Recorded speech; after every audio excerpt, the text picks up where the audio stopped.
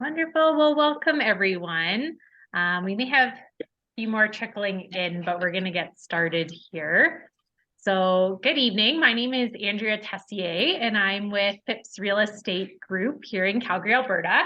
Of course, for anyone who doesn't know me or the team, we are a group of licensed realtors. We offer residential, commercial, and property management here in the city.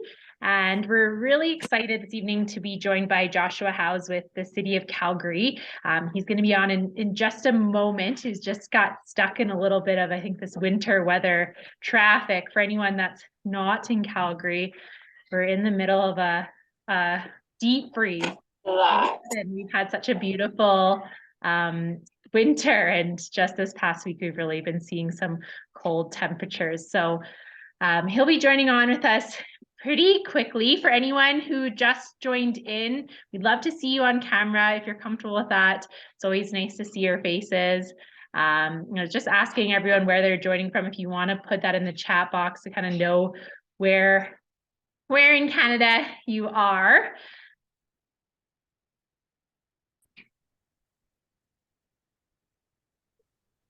And we've got Nikki Bond on our call with us as well. So she's one of the other licensed realtors on the team.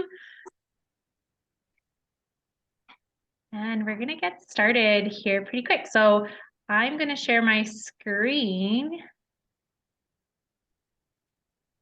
All right. Okay, can everyone see that okay? It's coming up clearly. Perfect. Great. Okay.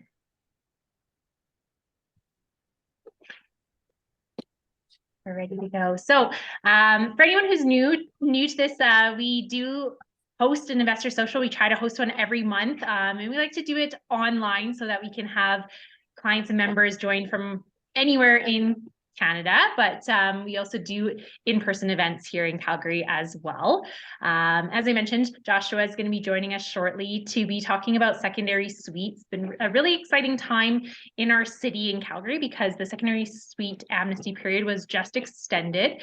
Council voted for the extension to take place until 2026. So Josh is going to share some more insight into that, as well as potentially the city has been talking about some incentives. So hoping that he might be able to shed some light on what that could look like potentially as well. But we're going to get started here with a little bit of a market update first, just to give you some insight into what's been happening in Calgary in our real estate market. So again, my name is Andrea Tessier with Phipps Real Estate Group. Here's our contact information here. We are a McGillivray trusted team, and we've got a phone number, email, website. And if you're not part of our Facebook group, Calgary Real Estate Investing, we'd love for you to join. That's often where we post events that we have going on, as well as different opportunities and things that we have available. So I'll have the contact information again on the last slide, but we always love to connect if you have any questions. I'm happy to answer them. And throughout this evening for this event as well, if you have questions, don't hesitate to put them in the chat box, or unmute yourself and speak up that way as well. So these are the most recent stats that were released from the Calgary Real Estate Board for December 2023. So just wanted to give everyone an overview of what's been happening in our market over the last little bit. So the first stat that we're looking at here is benchmark prices. Despite increasing interest rates across Canada, the Calgary market really remained resilient in the past year, and we continue to see benchmark prices go up consecutively month after month. We saw a 6% average annual increase in benchmark prices in 2023, so that was really, really positive.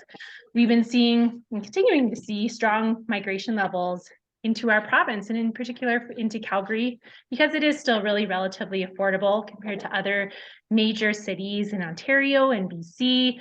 At the end, of Q3 of 2023, those were the last stats that were released, we saw 22.4% net increase into our province, which is really exciting to see. People are moving here because of the affordability, because of the lifestyle, being close to the mountains, and then because of new job opportunities and diversification that's happening in our economy as well, which has been great and exciting to see. So looking on here, that those strong migration levels have really been leading to a lot of demand in our market, and inventory simply hasn't been able to keep up. So we have been seeing new listings coming on the market. When we're looking at the numbers here from December, we actually saw a 21% increase in new listings versus last December 2022.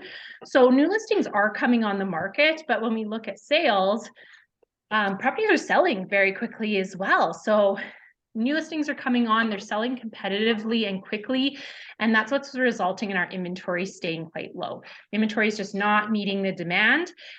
So we're staying and are still within a strong seller's market in Calgary. Our months of supply has been well below 2 months of supply throughout the past year, and we're expecting those trends to increase. No, I don't know the password. I think we said it. Just got someone on here. I'm just gonna tomorrow we do it. Joined in. I'm gonna ask you to mute yourself. Thank you so much. So our average days on market is about 33 days on market. So again, things are selling quite quickly. And one thing that's important to note is we have seen a shift in activity towards more affordable apartment and condo. We'll read now. Time to read. So that's been really interesting. You know, for a long time, the condo market in Calgary was quite stagnant, but within the last year, we saw a strong uptick in condos and townhomes. And a big part of that is because it is what is affordable with the way that interest rates are. But for investors that have held on, you know, throughout a bit of the stagnant and tougher times in terms of the condo market, it's finally making sense again to sell or to get into that as an investment strategy. So to give you a little more insight into each of the different types of properties.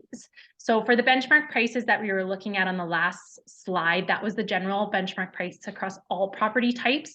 Whereas here we're looking more specifically at it broken down. Again, as you can see, the percentages that saw the biggest increase, or the property types that saw the biggest increase year over year, was row houses and apartment styles. So around 20% increase year over year for price is fairly significant. But seeing that our detached prices are increasing as well. So exciting to see for our city, especially considering a lot of the other markets in Canada have been seeing a bit of a decrease or a drop in prices there. Calgary really has remained resilient. And again, as I said, I think we're expecting to see those trends continue into this year for 2024. And a big part of it is just that basic supply and demand. A lot of people moving to our province from other provinces because of affordability, but then also immigrants that are coming to Canada and looking for affordable places within Canada are choosing Alberta because of, again, the affordability, the lifestyle, and diversification and job opportunities. So that's been really great and exciting to see. Are there any questions regarding the Calgary market currently, or any of the trends that we've been seeing in the market? Just going to check here. I think we've got a couple people join in on the chat.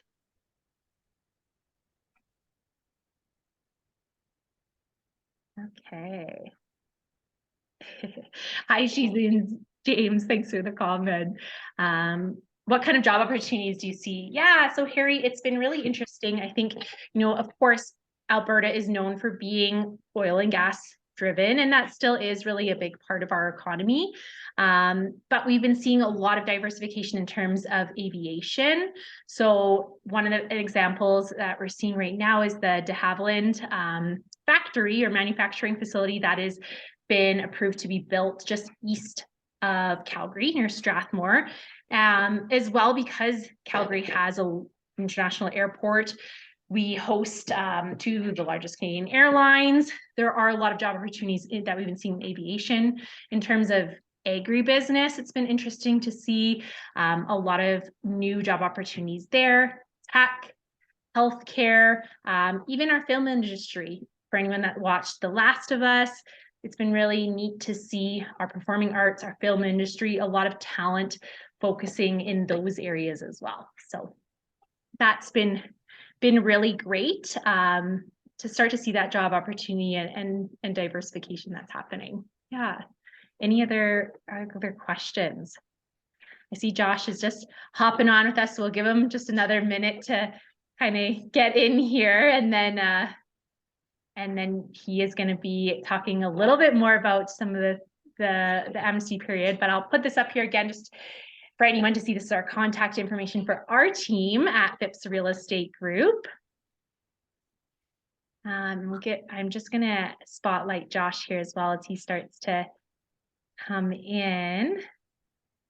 He's got a lot of really great information to share this evening, so we're so excited to have him.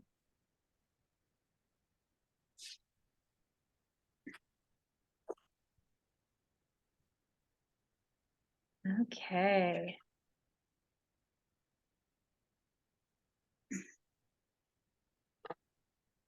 Perfect. Great. Josh, I'm going to pin you here so I can do an introduction. All right. Thank you so much for joining us. We're really excited to hear your insight. So wonderful to have you with us this evening. I'm happy to be here. Happy to be here. There we go. Okay. Wonderful. And you can confirm if you can see a PowerPoint on from me. Yeah, it looks good, Josh. Perfect. Awesome. Yeah, so I guess I'll kind of update on myself, a little bit of history. I've been in Calgary for 34 years, since I was 3, I guess, and I've been working at the city for about 13 years. Mostly started in the call center and front counter, and then I managed that area for a number of years before working as the executive advisor to the director of Calgary Building Services. And then about 5 months ago, I was asked to run a suites program at the city. So it is not that the suites program at the city has only existed for the last 5 months. It has been going for much longer than that, which I'll get into in my presentation a little bit. But that's my background. So I've been dealing with suites in some way or another for about the last 13 years and have a lot of experience with it, but I also am learning new things all the time. So if you have a question, please do ask, and I will do my best to answer. And if I don't have the answer, I will find it for you. So that's my kind of kickoff. Yeah, and so building on suite success. So I'm going to start this actually, and if you have seen me present before, I apologize for any repeat. But this is a bit of a new one that I've come up with. This is a picture of the first house I lived in Calgary. When my parents first started having their family, they were in Calgary. They got moved to Saskatoon, and I was born there and came back when I was 3. And I lived in this house, 2820 9th Avenue Southeast. Great little house. And we lived there for a couple years. The reason that I show this is because this house turns out that it had a suite in it. I did not know that when I was a 3-year-old. But the interesting part is actually that my parents didn't know that. And you would think that that's a bit weird that they wouldn't know that there's a suite, but that's how Calgary and other cities have been and have struggled with secondary suites, is they haven't always been defined the same way. They're often defined differently in the building code versus the bylaw versus who knows what else. And so that leads to all sorts of confusion in and around suites. But what was most interesting about this property and this house as I grew up, my dad was a very honest person, and yes, he was into real estate and investing and renting his houses out. But it wasn't until I started working at the city about 12 years ago that we realized that his house had an illegal suite in it. And I remember sitting there reading my bylaws and everything else and going, Dad, like you're not allowed having that suite. My grandma had lived in it. My cousin lived in it. My sister and her husband moved into the house when they were first married after we were long gone. And they had a friend that lived in the basement in the suite. And all of those people technically operated and lived in an illegal suite. And I think in Calgary, this was such a common story. And so it was an issue for a number of people for a long time. And the city started to really focus on trying to fix the suite problem back in 2013. And at that time, only about 500 legal suites existed in the city of Calgary. It was over 1 million people, obviously, in 2013, well over 1 million people, and only 500 suites. Now, at the time, there was some census data that figured that there was at least 30,000 illegal suites and 500 legal. So why I tell that whole story is to lead it in that I actually don't think that a lot of illegal suites that existed in the city of Calgary was because of the people not wanting to do them safely or legally or whatnot. It was because the city of Calgary did not have a system that was conducive to legalizing suites. And so we, from a city perspective, from a bylaw, from a safety codes, created this problem. That's my personal opinion, and I think that we have spent the last decade trying to fix that problem. And as you'll see here, I think that we've started to do a good job, but it leaves an opportunity for continued improvement on this. And that groundwork that existed back all the way into the 60s when my parents' house was first built, all the way through till 2013 when we finally started to address this more formally. There is an absolute massive glut of houses that were built with and around secondary suites that couldn't have been done legally. That's what I found out at my dad's property, is when I told him to legalize it, it turned out that it was actually impossible at the time for him to legalize that suite in his property.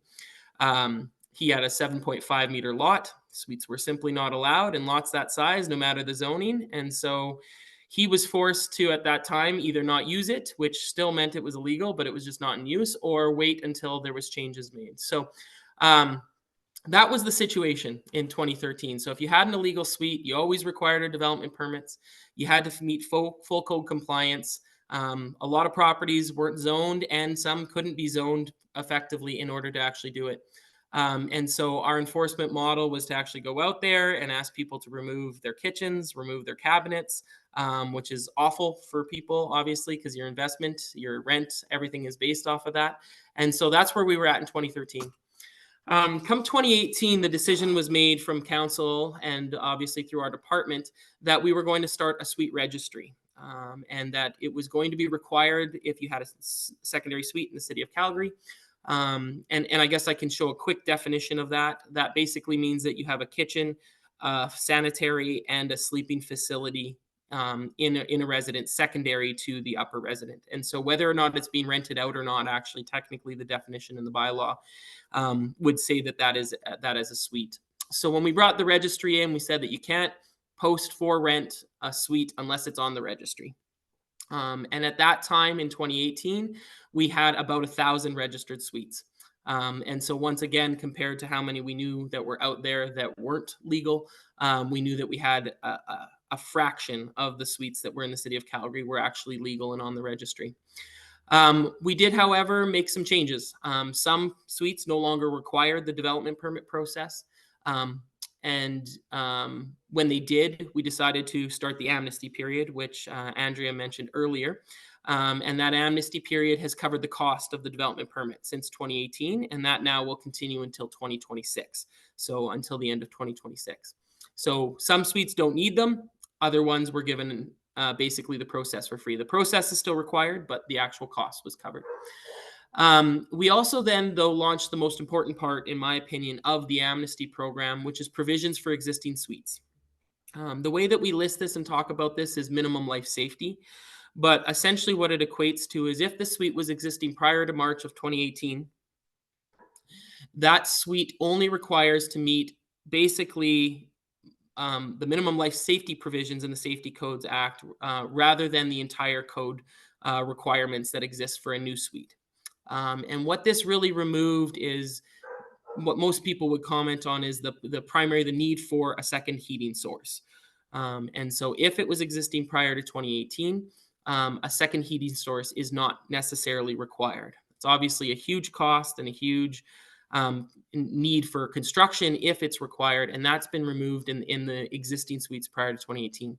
And so what we saw when we were able to waive that requirement is we saw an influx of people willing to try and register their suites. There are 4 key elements, which I'll get into a little bit later, that are the most common that are required within an existing suite that are needed in order to bring it up to the required level to get onto the registry. And those 4 elements are required still, but certainly not as cost prohibitive as a separate heating source. And so once that was all happened, we also decided to shift away from an enforcement first approach to an education first approach, which means that we've been doing stuff similar to this for the last 5 or 6 years, I guess, just really trying to educate people on how to legalize suites, how to build them legally in the first place, the advantages of the registry, and so on and so forth. And so that's what we've been doing since 2018. And so with 2018 as a benchmark, we now look at suites in 2023. And so this is a little bit outdated, only that at the very end of the year, we actually crested the 12,000 mark for registered suites. And while it seems like such an amazing feat for the city of Calgary, it's actually really the people in Calgary that have accomplished that. People that owned illegal suites, people that have since built legal suites and done the work required in order to get them on the registry. The city has, in my opinion, put zero on the registry. Every one of these has been done by an investor, or owner, and so we appreciate partnering with everybody on this piece of work here in the city of Calgary. But as a combined total, the city has now been able to register over 12,000 suites on the registry, which is just awesome. It's such an improvement from the 500 that existed in 2013, and a major improvement on the 1,000 that were existing back in 2020 or 2018. And so we continue to work to reduce the requirements for development permits. So right now, about 45% of suites do require a development permit. And we're continuing to work, and you'll see some stuff come in April to council, which will be extremely contentious in terms of rezoning across the city. But one of the sub effects of that may and potentially will be the further reduction of the need of development permits for secondary suites. And so if you're interested in suites, that's the portion to watch when it comes to the rezoning. Not necessarily everything will matter, but that could affect. We'll also see the parking changed through those changes, which will be further reducing the number of people that need development permits in process, and making it easier and easier for secondary suites to be developed legally in the city of Calgary. So those are things to watch for in the next couple months. We expect that to hit council in April or May of this year. We have continued to be allowed to use the existing suite, the minimum life safety thing that has now been approved through to the end of 2026 as well, which is a huge cost savings for people trying to legalize. And so that has continued. We're continuing the education first approach, still doing these things. And we've done some other things that have helped increase the number of registered suites. They're now included as an option on our single construction permit. So we have seen an increase in suites being built in new single family homes. It also makes it easier for infills to be built with suites as Have well. a great trip. All of those things. If you need any dog it is walking, those just things. holla. I'll just wait until Deanna, Deanna, sorry, I I think you're just on. yeah. Yeah. We can get you to mute yourself. Perfect. Awesome. And then the last bullet on this slide is just the incentive. So a number of things happened last year to lead towards this, but basically publicly available knowledge now is that there have been 2 different funding sources, both the city itself, which has approved a $4 million yearly budget, as well as a federal government grant, of which the exact amount that will be used for suites isn't known, but called the Housing Accelerator. And both of those funding sources have now been approved to support an incentive program for suites. The details on which won't be announced probably till mid to the end of February, but I can give as much information as is kind of publicly available on that at this point in time, because that piece is coming. And when you're looking at investing in suites and legalizing suites, this incentive program will help everybody, basically, most people anyways, that are looking to do that. So it will be a great opportunity for people to take advantage of that program. Which is essentially switching away once again to try to really encourage. So the suite program overview. So what's launched about 5 months ago here at the city is that our goal is to support safe, affordable housing through increasing suite registration. And so as anybody that's in the city of Calgary knows, or if you're watching the markets and whatnot, and if you listened to Andrea earlier today, you'll know that the city of Calgary is low on supply of housing. I own a condo in Bridgeland here in Calgary myself, and we moved out. And when we did, we decided to rent it out. And I had a posting up on Rent Faster for 30 minutes and I was absolutely inundated with people looking for a place to rent.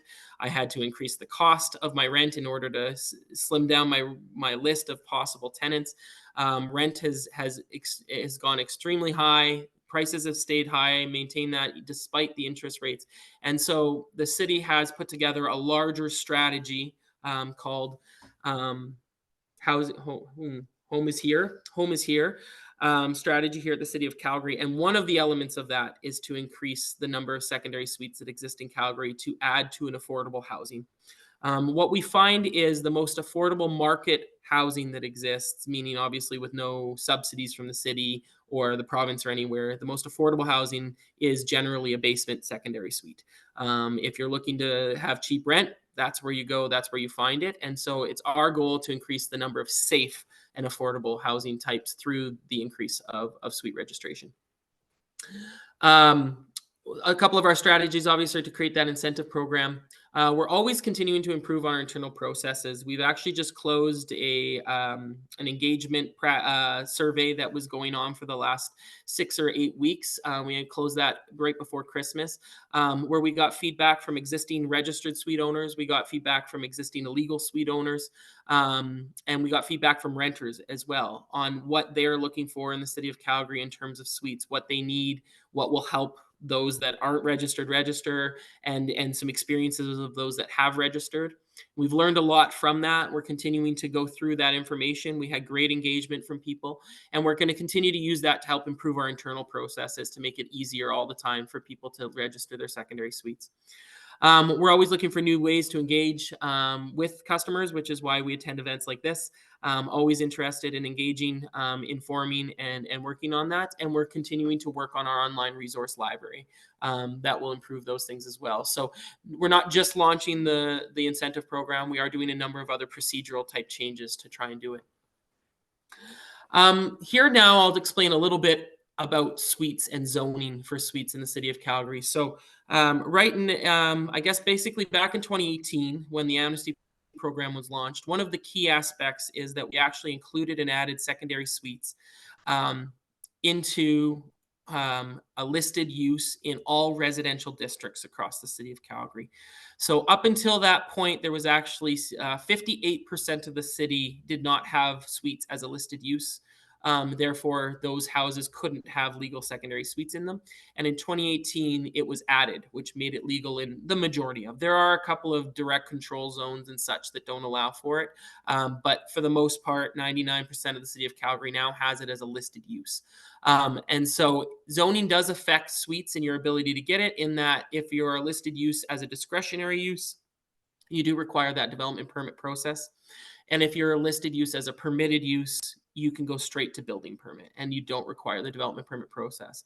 Now, we see 95+% of development permits for suites approved. So it doesn't generally actually stop the ability for it to happen, but it does increase the time that it takes to get the approval. And it will increase, through that process, the neighbors are informed. It can increase, the visibility of the suite in the neighborhood, and it has some other effects. But generally speaking, we do see approvals on those. It is just an additional process that's required. Once again, as I mentioned earlier, if changes go as we expect or some version of it in April, likely more and more suites will be permitted rather than discretionary, removing the need for that development permit process. The other thing that's happened is the potential to allow for backyard suite has also increased across the city. And so I've been to a couple events specific for backyard suites. I won't speak on them very much tonight, but there is some other pieces coming. There's some exciting stuff coming with backyard suites in the City of Calgary as well. It's a bit of a different market, but certainly something that we're interested in as well. And so over the last 5 to 6 years, we have really improved the access and ability for people to, through their zoning, through the existing process, to actually get a suite approved legally. And as I mentioned, that'll come further changes. All right, I haven't seen any questions yet, so I'm just going to keep going, but I definitely don't mind if you do throw something in the chat. I will try and get to it specific to a slide or something that I've said. So go ahead and do that. The suite amnesty extension. So just a quick hit on what that really does mean. It's a savings of up to $650, the development permit fee, as we talked about. But there is also a suite registry fee that has existed since 2018. We have yet to charge that fee. So it has always been covered, but at the end of 2026, I suspect we'll finally start to charge that fee. So there is some savings right up front just from the amnesty program. You'll see that the costs there on the left-hand side are things that are still required. So there's a building permit always required for a suite. That's $205.92. And then there are trade permits sometimes required. Generally, electrical is, sometimes plumbing, sometimes HVAC, depends on the circumstances. And those are $116.50 each. So you can see that there is a small cost in permits to the City of Calgary. But for the most part, we actually are waiving more than we receive in terms of permit fees. So it's a great opportunity to still get involved in that process. Quick run. I have kind of run through this a little bit already, but this is a graphic that we try and make available, just walking it through. So first, if required, the development permit, then the building permit application. Once it's issued, construction can start. You'll see that electrical, plumbing, gas, and mechanical permits are all then issued. And then the inspection process is what comes at the end. Once the inspections are finished on all those permits, that's when you get registered onto the suite safety thing. So what I mentioned earlier, there are 4 key safety items that we are working for. When I say this is for existing suite conversions, so suites that existed prior to 2018. These are the 4 key things that need to be done. Now, this isn't the only things that could possibly be needed within a home. If a staircase doesn't have a railing and it requires a railing, you're still going to have to do that. If you don't have a door separation, a solid core door separation between the upper and the lower units, it's possible you still have to put that in. But these are the 4 key safety elements that we see most often in existing suites. We are looking for a smoke separation between the suites, which means that it does need to be drywalled and taped and mudded, and that is everywhere from the basement to the upper floor, including the furnace room. This generally is the hardest one that remains, that people do find a bit of a struggle with in terms of getting that smoke separation in the furnace room. But it's something that we continue to work with customers on and trying to find the best ways to accomplish that.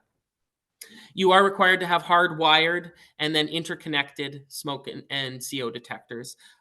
This is probably the key, one of the key elements in terms of safety. We see this saving a lot of lives. Obviously, this is the key piece here, is we do see fatalities in illegal suites more often than we'd like to see. And so this is one of the key pieces. When you interconnect from the upper floor to the lower floor with those smoke and CO detectors, you have a much higher ability to inform people within the entire home that there's a concern and they can get out in time. Of course, to get out, that's where the bedroom egress windows come into play. We are looking for that proper size egress window. And then the protected exterior exit. And really that just means that wherever the exit is for that suite, they need to be able to get outside and away from the home without having to go past an opening of, like, say, a window or something from the upper unit. In case there is a fire or smoke coming through there, they still need a safe protected exit out. And so that's something that we see less often in homes, but from time to time, that is something that needs to be done. So those are the 4 key safety elements. And what I can share around those is that in the incentive program, there will be money available for each of those required items within an existing suite. I won't share exact details around that, but there will be money available for each of those items if they are required. There will be a full, basically the full allotment available to those that need all 4, and a reduced amount for each one of those elements if it's not required.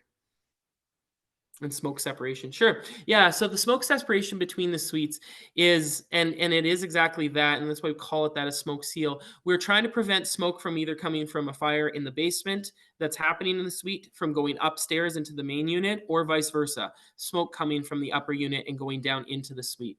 When we think about safety and fatalities that happen in secondary suites, it is smoke that is the general cause of people's concern. That is what does cause the issue. And so we are trying to save as much time as possible for people within the unit that isn't experiencing the fire to be able to escape from the home before that smoke comes into their area. And so if there is a fire in the basement, that smoke separation is intended to prevent smoke from getting upstairs, giving people time to get out safely.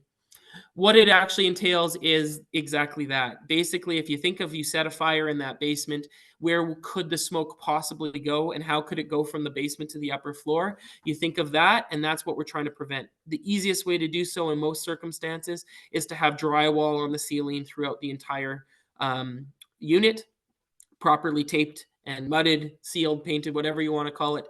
By doing so, you actually prevent the majority of smoke from escaping.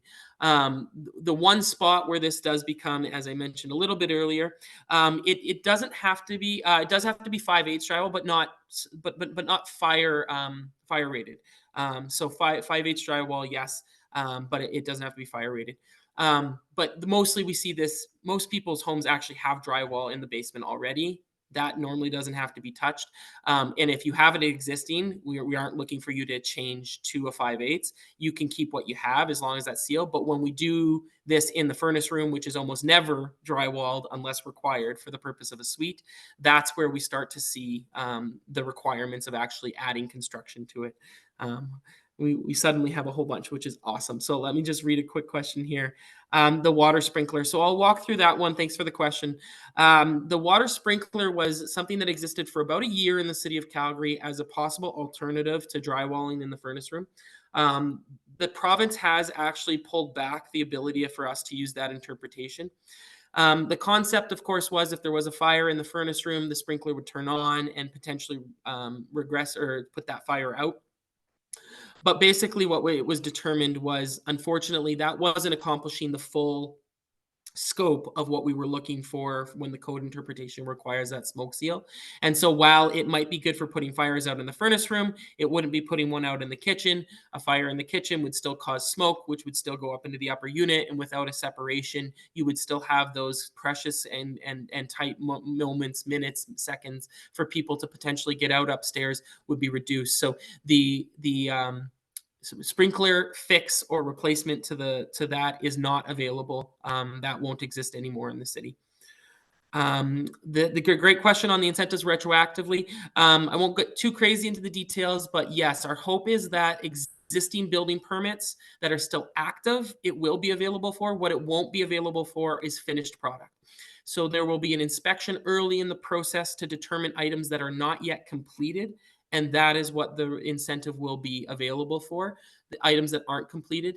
Unfortunately, we can't go back and fund things that are already done because we would be looking at 12,000 legal suites across the city looking for payouts, which doesn't actually increase the number of legal suites, doesn't improve affordability. It would just be a handout to those that have already done what they needed to. So the elements themselves have to still be incomplete when the program launches and whatnot. But when we talk about like an existing building permit or somebody's currently working on a property, we will be able to likely include their elements within the program.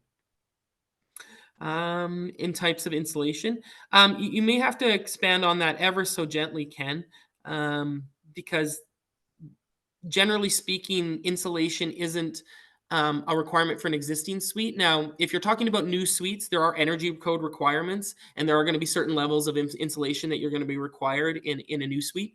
But generally speaking, that's kind of done as a larger model, and there are many opportunities to use different types of insulation. In terms of the smoke seal for existing, there's no speculations around the required types of insulation. Hopefully that helps answer that question. And then I see, are you allowed to have a stove or oven in a basement short-term rental? The answer is if you have a legal approved registered secondary suite, then yes. If you do not, then it is the three combined elements that make you a suite in the city of Calgary, either unregistered or registered. If you have the three elements, and they do include a cooking facility, a sanitary facility, and a place to sleep, which honestly, like, it doesn't require a bedroom, but if you have a living room down there, then that's still. So mostly we see if you do have a kitchen and you don't want it to be a suite, you don't want it shown as a suite, you're going to have to remove or not have a sanitary facility, i.e. a bathroom.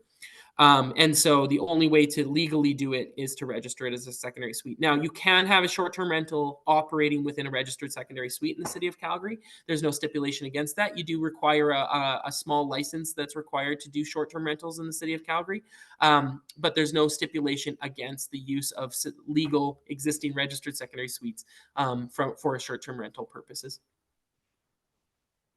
Perfect. And if I didn't answer your question, Ken, go ahead, throw it in again, or come off mute and ask me that again.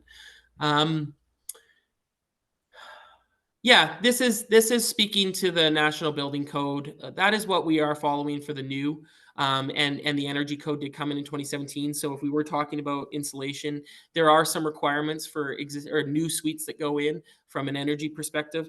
The three main things that come in a new suite that you don't have to deal with in existing is a separate heating source, and separate controls around that heating. There's actually a sound barrier requirement within the bedrooms, between the floors, and then the third is the energy code piece. So those are the three main elements that you're avoiding having to do when you're dealing with an existing suite that are required within the newer suite. At least the three key pieces. Like I said, there is some subtlety there, obviously, that exists in certain situations. So I'll do a quick walkthrough of this. I have this mostly in here because I'm willing to share this presentation later, and it's there. It's also available on our website in some different forms and places, but really this just walks through. So the bedroom egress window, there are minimum requirements for both size, with the minimum width and the minimum height, as well as the space opening. I get asked a lot of people, it seems like an extremely large space, that most people do not need that to get out. I actually 100% agree. The reason that this is this size is it's actually for firefighters to be able to get in. And so when we look at an egress window, it is as much for people to get out as potentially for people to be able to get in. And so the size is based off a standard firefighter with their pack on, ID their oxygen pack on their back, which is why that requirement is so large. What we do see is that there's a number of different ways and options of doing this with different types of casements and whatnot. And so often the size of a window is actually big enough. It just needs to change in form from a slider to a casement or an awning window, depending on the circumstances. If you're in a window well, obviously you can't use the awning that goes up, but as long as it has room on the other side, you can see that one that opens outward. So those are possibilities. The other most common option is that people cut down, straight down, and they keep the width of the window. They go further down. They get a window that fits that space. So that's the most common thing that we see on that. You'll see that we have all the limitations and everything else are shared and shown here, but also online. If you are dealing with that, certainly reach out to us and we can help make sure that you get that information. The smoke and fire protection. So there's your minimum 1/2-inch drywall separation is required on all walls and ceilings. The 5/8 that we talked about earlier is there are some times that it is required specifically in the furnace room, and that's why I said, like, if it exists across the board as the 1/2-inch, you're fine. But the 5/8, there are certain times and places that it is required. It does not have to be, once again, though, fireproof drywall. It's just a drywall separation. In the code, or if you're into the code, there is a difference between smoke and fire separation. In this case, we're speaking about smoke separation.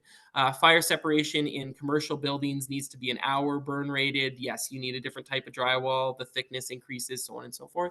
We are just looking for smoke in this case.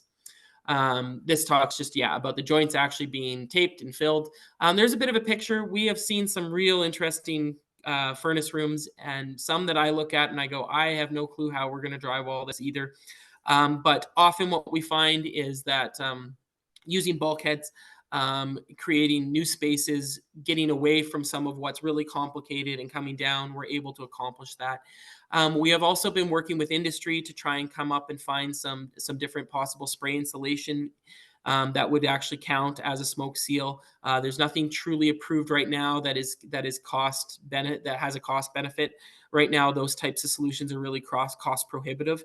But there are some that are potential out there that we're continuing to work with industry to see if there's ways of accomplishing the smoke seal without having to drywall. But to date, this is the most common and standard approach, and it has worked in circumstances that I can't even believe. Specifically, houses that have in-floor heating, it just seems impossible at first, but I've seen it done in some really interesting circumstances, and it can be so huge in terms of the safety and of the people upstairs and downstairs during a fire. So it's a key piece.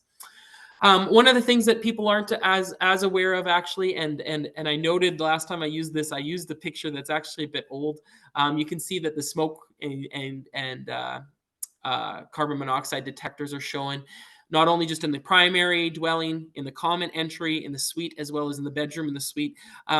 They're actually also required in the bedrooms of the main dwelling as well. And so I have a new picture that I will update eventually. But if you want to just visualize in your mind that there's a smoke detector in the master as well as every bedroom upstairs now, that's just the new standard for smoke and fire. I was talking to somebody the other day and they had 800 square feet. And within that 800 square feet, there was a requirement for 8 smoke and fire detectors, smoke and carbon monoxide detectors within their dwelling. And it just felt like overkill to them, and we were discussing it. But at the end of the day, these are the stipulations of the code, and we do recognize that this is one of the absolute key features in saving people's lives when it comes to smoke and fire in residence. Are those detectors, and so we're looking for those things for sure. So that's what we need. The key here is they do have to be wired, but they don't necessarily have to be wired interconnected. The interconnection can be done through a Bluetooth. That is a possibility in certain circumstances, depending on the existing state. We recognize that it can be extremely difficult to actually connect between the two. So that's for sure there.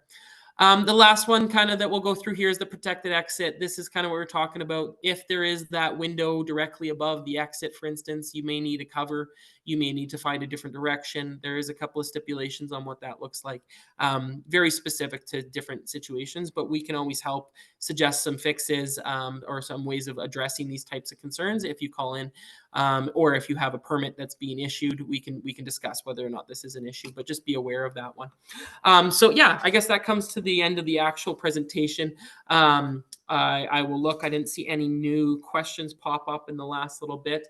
What I can say further on the incentive is, yeah, the City of Calgary is really committed to trying to get the rest of the existing suites converted over, but we're also looking to have people put in new suites within there. So those other elements will be required, but we're really encouraging people to do so. We're trying to continue to remove the barriers and the requirements, reducing them, trying to make it easier and easier for people to accomplish this so that we can provide safe, affordable housing for people in Calgary. And that's the general requirement of our program. And so we're going to continue to work towards that. My contact information is available here on the screen. Every time I do this, I end up with great conversations with people that reach out. I've helped a number of people be able to get through and into our process. So feel free to write down my name, my number, my email. I do the best I can to respond and help anybody out through the process. And yeah, I guess that's probably it formally for me, Andrea. I don't know if you have anything else you want to share, or if we just want to leave it open, have people ask questions. Thank you so much, Josh. There was so much valuable information in there. And yeah, in Calgary, for anyone, I mean, not in the city or not familiar with this program, there is definitely a need for these secondary suites.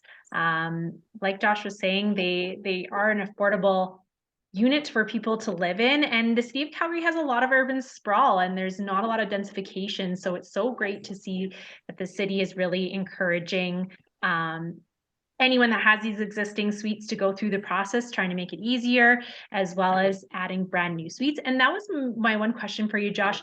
Are any of those incentives going to, or are there going to be any incentives for building brand new suites, or are they only going to apply for the amnesty period and those existing suites?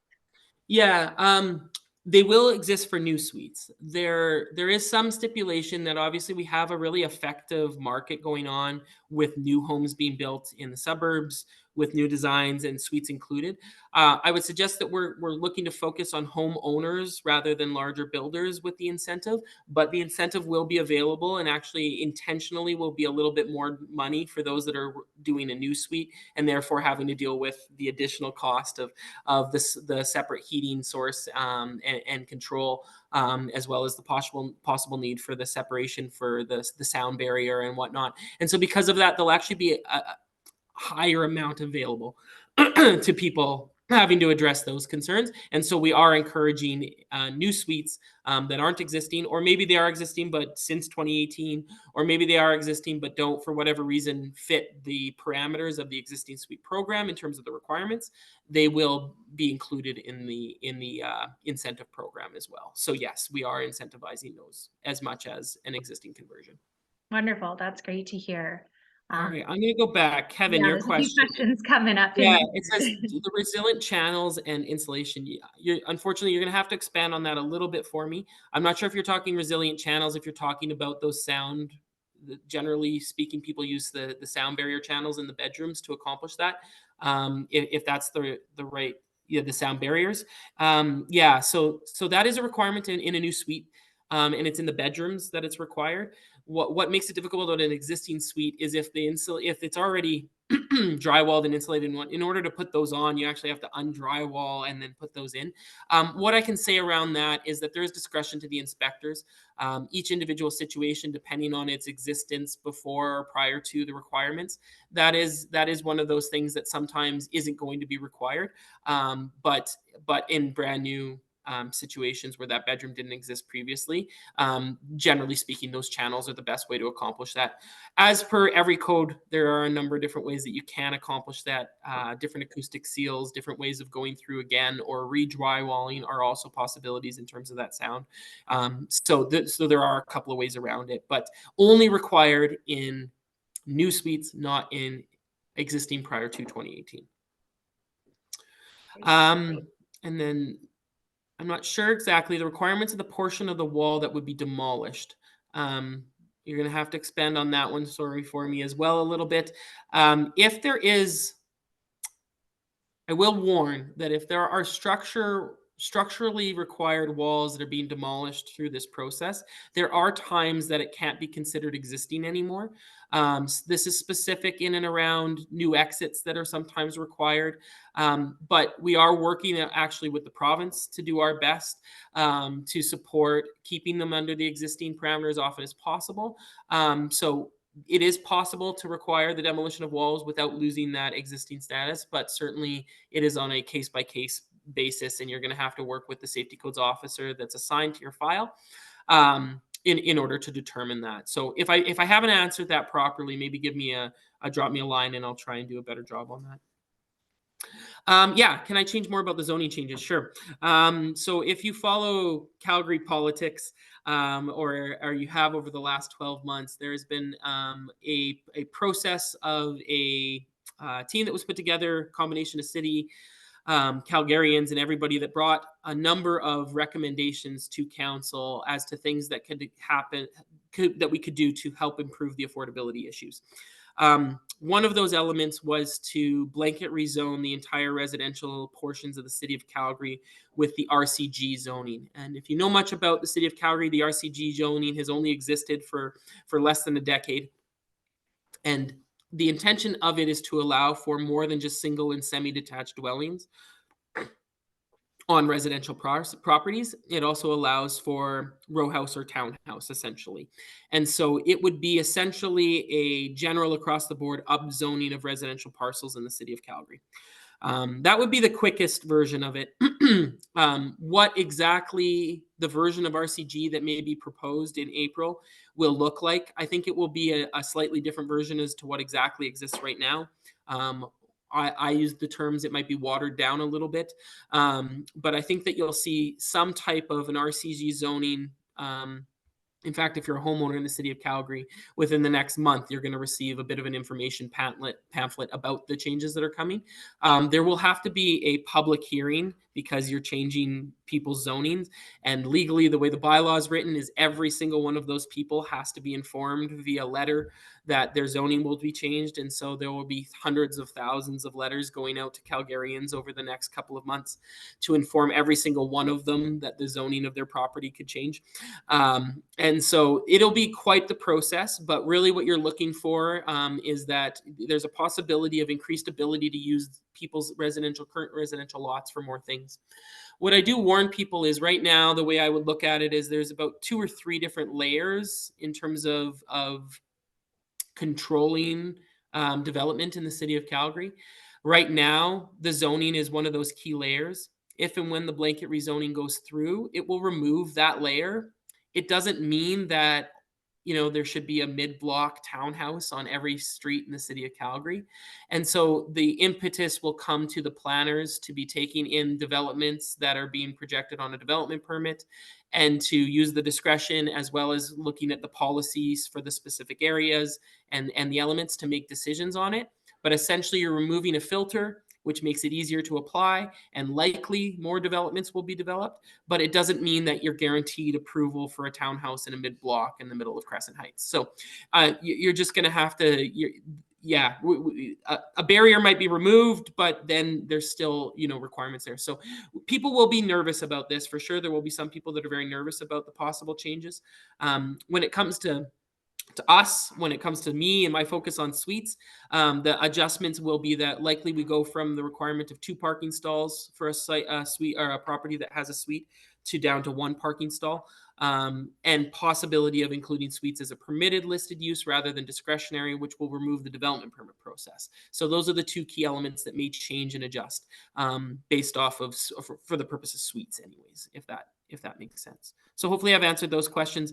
More information will come to you if you're an owner of a parcel in the city of Calgary in the next little bit. But it will be an extremely interesting, if this kind of thing interests you, there'll be, in my opinion, it'll be a week-long public hearing with some of the most interesting comment from the public that we've ever seen at the city of Calgary. So I've got my popcorn ready to go for that for sure.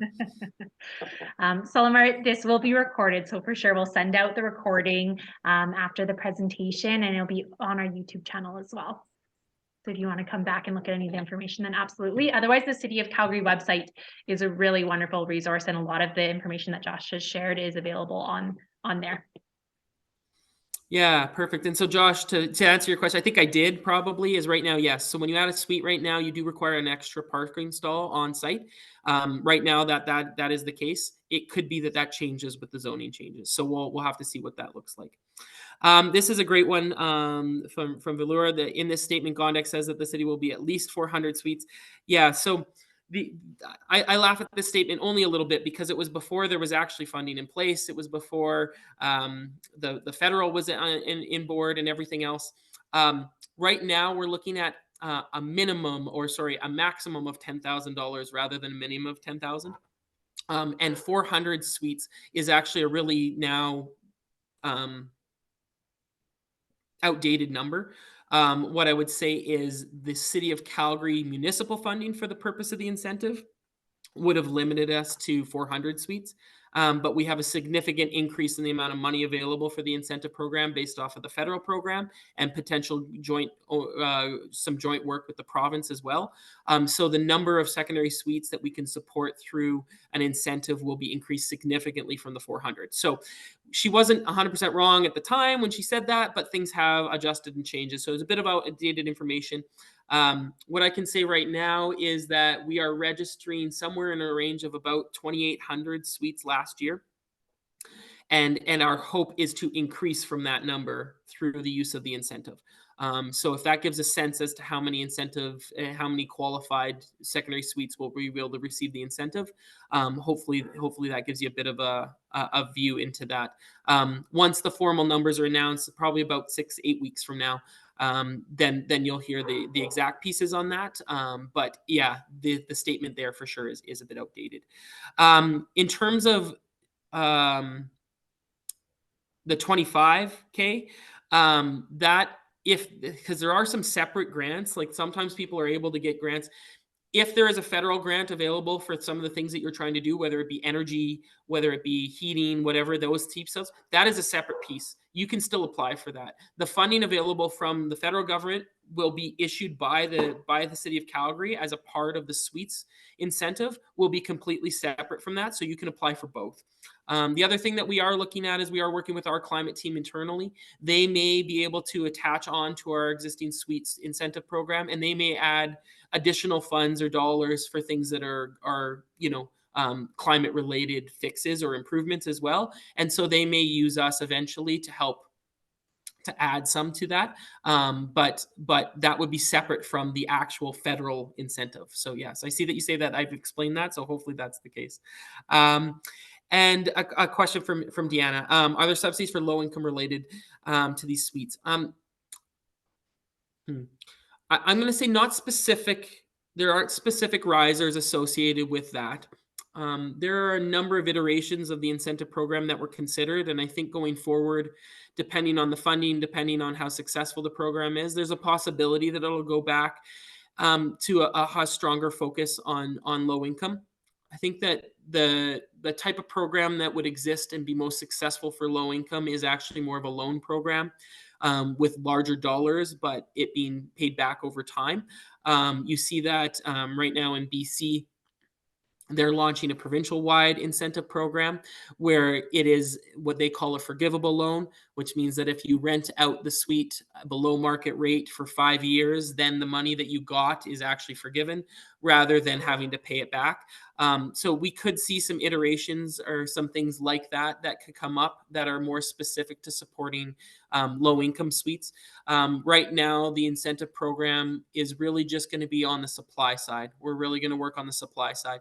As soon as we add in the demand side, as soon as we add in, formally wanting certain types of tenants or wanting the rent to stay at a certain amount, then we add in long-term administrative costs and requirements of people. We're trying to keep it as simple as possible, which means that once you've received the dollars from the City of Calgary, there are no more stipulations associated with your property, which is fantastic for people that are looking to buy and flip, because once you're out, you're out. There is likely some stipulations around only qualifying once per person in the city, at least initially, to make sure that we don't have one individual getting 10 of them. But it could be that over time that stipulation comes off as well. But the intent is to get it to as many people as possible, as simply as possible. And therefore, because of that, we have removed any requirements of renting it out cheaper than market or whatnot, and the money is simply being made available for the purpose, or from the actual registration of the suite, rather than earned over time by renting it out for cheaper or whatnot, which is a common thread for incentive programs associated with suites across the city, or across the country. That being said, the City of Calgary's registered suite registry has more suites on it than any other municipality in the City of Calgary or across Canada. Right now, I would say that we are running the most effective and program. We see more suites coming online legally in Calgary than anywhere else across the country, which is just fantastic news. It means that we're partnering well with industry, that there's a need for it, that the money is there to be made for it, for sure. One of the things that we've seen is, as you guys would know, in the real estate areas, as illegal suites have to be posted and or put up for sale with the illegal associated with them, that has driven a value increase for registered suites. Yeah. Anecdotally, and without being able to prove those numbers, we hear somewhere between $30,000 and $35,000 increase if it's actually a legal registered suite versus an illegal one. We saw some of that feedback actually in our engagement with people that have registered suites that have been able to sell them for much more than they were worth when they were illegal. And so I mean, obviously those values are different for everyone. Maybe it's only 10, 15, 20,000, but we certainly are starting to see that. I also have always thought that there'll be a threshold somewhere that exists, that once there's a certain number of registered suites that exist, illegal suites will start to become harder and harder to rent out. Because people will start to expect the safety that exists along with a registered suite. And as Calgarians kind of require that or expect that from their landlords, then the value of those registered suites will go up even further. So yeah, we're really excited about the positive influence that we've had on the safety. We view the 12,000 registered as being 12,000 safer, better spaces for Calgarians to live. And that's what we continue to strive to accomplish. Strive. I said thrive. I meant strive.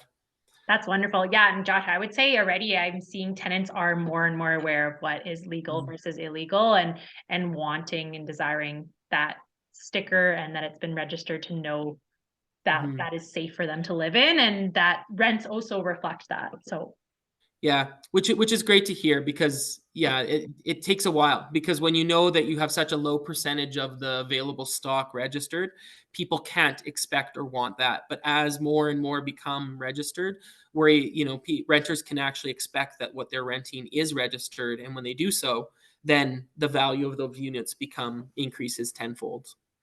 Yeah, absolutely. Are there any other questions? Or did I miss anything? No, I think you covered everything that was in the chat box. Thank you so much, Josh. This was very, very valuable. So much great information shared. So we really appreciate you taking time with us this evening and providing all of that. And for anyone who wants to connect with Josh, of course, he put his contact information in the chat. We can send it out as well with the recording, so you have a chance to look back through it all, because I know there was a lot of information. Thanks, Josh, put the back in there again. Yeah, no worries. Perfect. Wonderful. Okay. Well, if there's no other questions, I think we'll leave it there. But if there's anything else you need, of course, don't hesitate to reach out. Questions for Josh or for our team. If you own a property that has an existing illegal suite, or you're looking to purchase one, that's definitely an opportunity in the market right now to purchase properties that do have these and go through the amnesty period to get them up to fire code, make sure that they're safe, and then add that value. So, or finding something that is undeveloped and you're adding a brand new suite. There's a lot of demand. So lots of options there, and a lot of good information. The city is trying to work with property owners to make the process easier.